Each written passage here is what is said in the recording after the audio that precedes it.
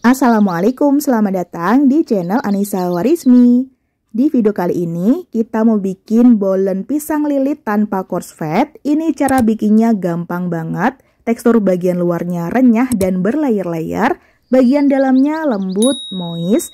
Cocok banget buat ide bakulan atau untuk cemilan sehari-hari di rumah. Sekarang langsung aja ke cara pembuatannya. Yang pertama, kita akan menyiapkan bahan isiannya terlebih dahulu. Di sini sudah Umi siapkan satu sisir pisang raja ukuran besar yang sudah matang.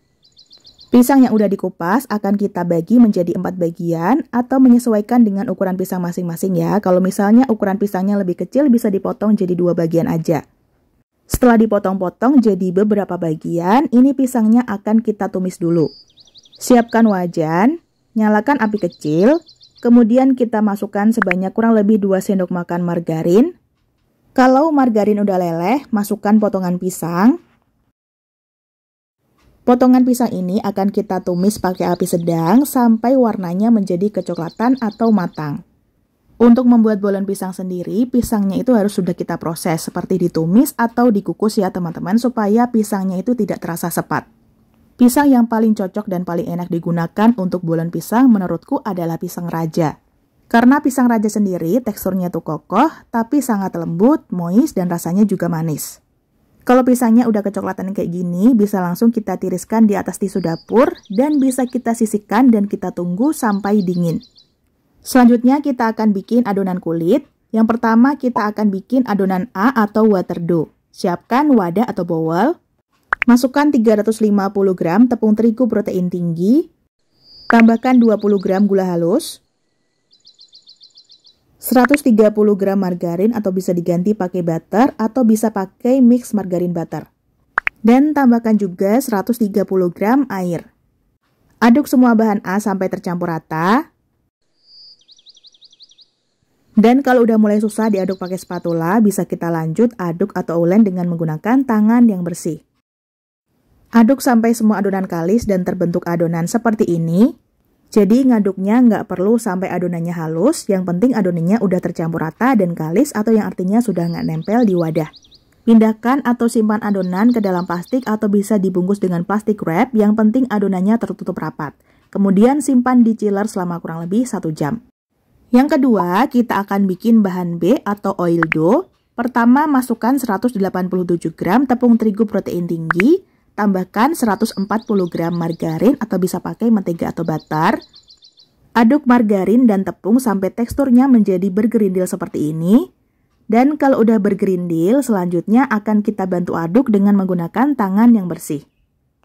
Ini kita aduk ringan aja dengan menggunakan tangan sampai terbentuk suatu adonan yang kalis atau yang artinya sudah tidak menempel di tangan dan di wadah.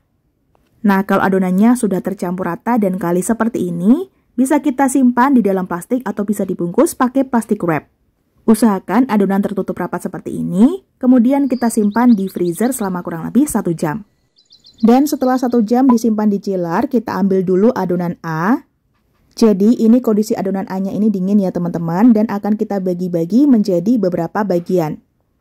Berat total adonan A sekitar 643 gram, jadi kalau dibagi menjadi 20 bagian, berat per masing-masing bagiannya sekitar 32 gram.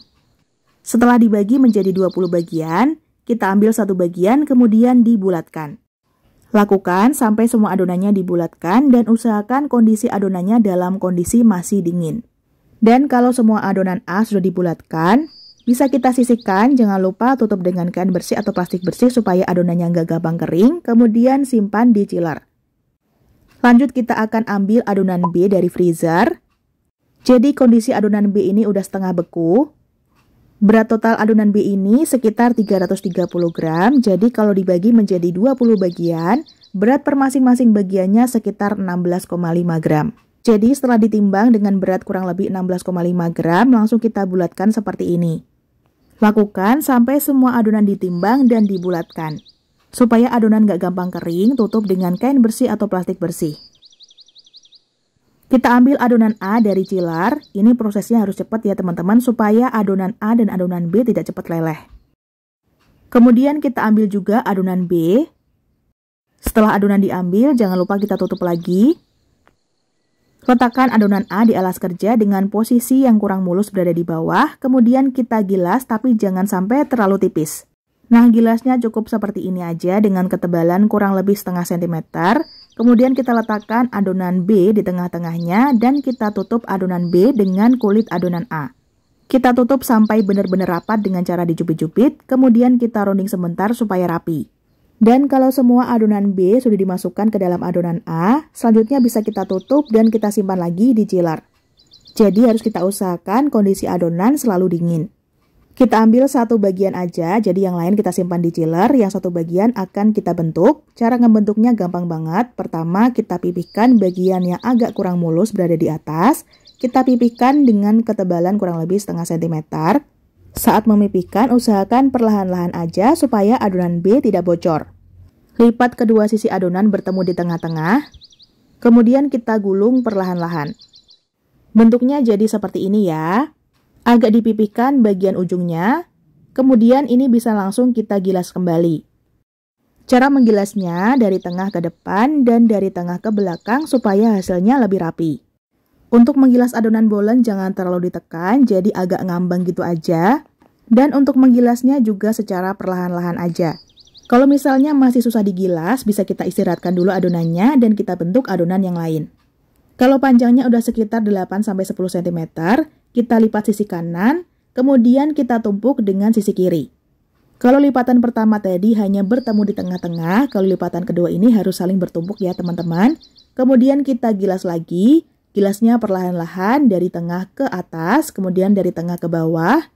Gilas lagi sampai panjangnya sekitar 8 cm. Nah, kalau panjangnya udah sekitar 8 cm dan lebarnya sekitar 5 cm, ini bisa langsung kita gulung.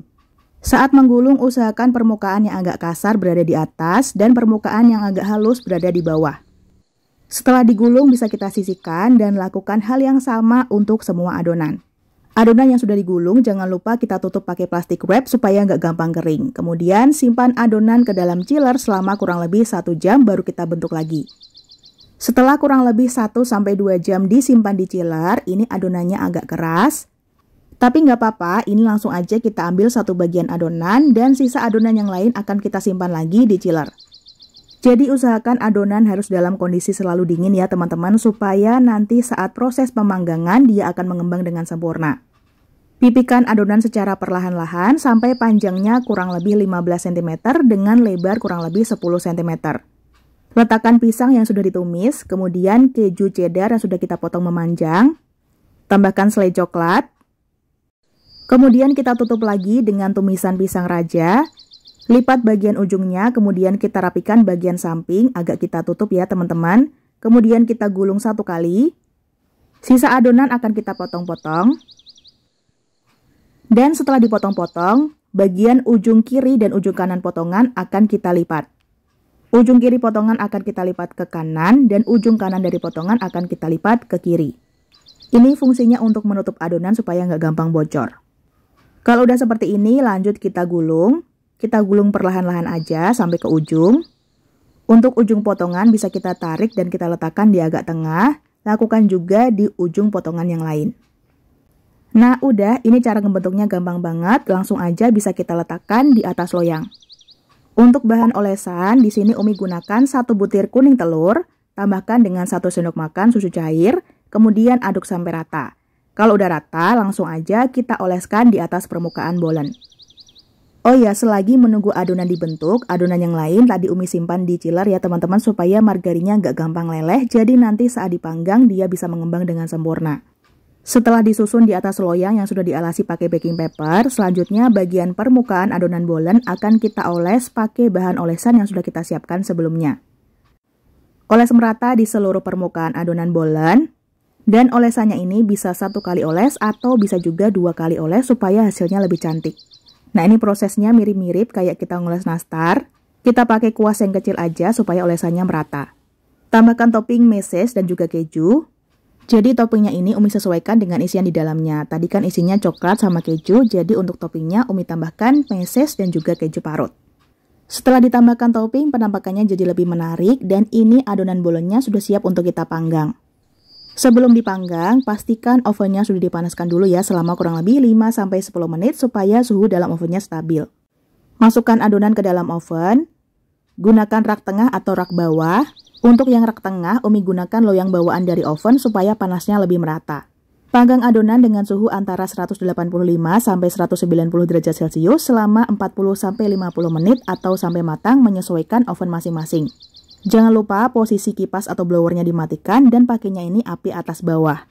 Kalau teman-teman pakai oven tangkring, gunakan api besar. 20 menit pertama letakkan di rak paling bawah dan 20 menit berikutnya letakkan di rak tengah atau rak atas.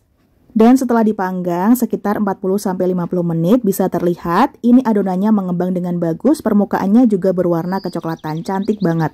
Kita keluarkan bolen pisang lilit dari oven. Nah, ini kelihatan cantik banget ya teman-teman hasilnya. Olesannya tuh merata dan warnanya juga cakep banget. Untuk membuat bolen pisang sendiri itu gampang banget ya teman-teman sebenarnya, asalkan usahakan adonannya itu selalu dingin. Kalau misalnya nggak mau sering-sering dimasukkan ke chiller, usahakan gunakan ruangan yang dingin atau ber-AC. Karena kalau adonan teman-teman itu nggak dingin, nanti margarinnya tuh akan cepat leleh dan ketika dipanggang dia nggak akan bisa mengembang. Tapi kalau adonan dalam kondisi selalu dingin, kemudian kita panggang dengan suhu yang tinggi, nanti hasilnya akan mengembang dengan sempurna dan saat kita belah nanti hasilnya akan berlayer-layer. Sekarang mau coba kita belah, dari pegangannya aja udah berasa kalau teksturnya ini garing, berlayer. Bisa diperhatikan bagian luarnya ini garing banget, tapi bagian dalamnya masih lembut dan moist. Teksturnya sangat berlayer-layer, cantik banget. Pas aku coba, ini tekstur bagian luarnya garing, dalamnya moist, legit dari pisang, rasa manis dari coklat, dan kejunya nih gurih, enak banget. Kalau misalnya nggak pengen dibentuk lilit seperti ini, bisa dilipat biasa seperti amplop dan hasilnya juga akan cantik dan berlayer-layer. Untuk pisangnya sendiri, aku saranin pakai pisang Raja Madu kemudian ditumis supaya teksturnya tuh lebih legit, lebih manis, dan nggak sepet. Resep bolen pisang kali ini aku suka banget, recommended buat teman-teman cobain di rumah atau bisa juga untuk ide bakulan. Dan mungkin segitu dulu resep dan tutorial yang bisa Umi sampaikan. Semoga bisa dipahami dan dimengerti.